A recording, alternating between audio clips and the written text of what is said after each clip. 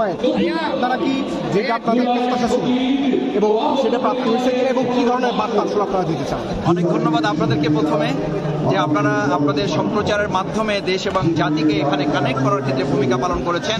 আল্লাহ তাআলার প্রতি শুকরিয়া আদায় করে আলহামদুলিল্লাহ যে তিনি গত কয়েকদিন ধরে আপনারা দেখেছেন টানা বৃষ্টি, দুর্যোগপূর্ণ আবহাওয়া, আজকে এত সুন্দর একটা আবহাওয়া, বৃষ্টিও নেই আবার কড়া রোদও নেই। আমার মন বলে যে আল্লাহ তাআলা আমাদের প্রতি এই দেশের জনগণের প্রতি মানে তার চাদর বৃষ্টি দিয়েছেন। এবং আপনি যে কথাটা বলেছেন আমাদের প্রাপ্তিটা গতকালকে রাতেই পূরণ হয়ে গেছে।